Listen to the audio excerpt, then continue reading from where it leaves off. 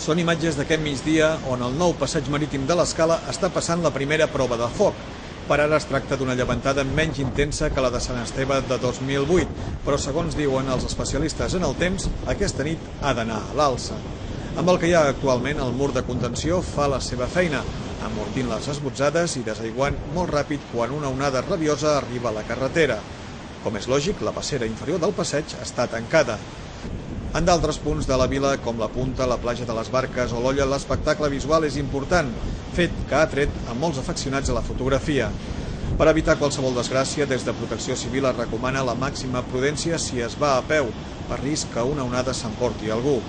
En el cas dels vehicles, el trànsit s'ha tallat en un parell de punts, com l'accés a la Punta i a l'Olla.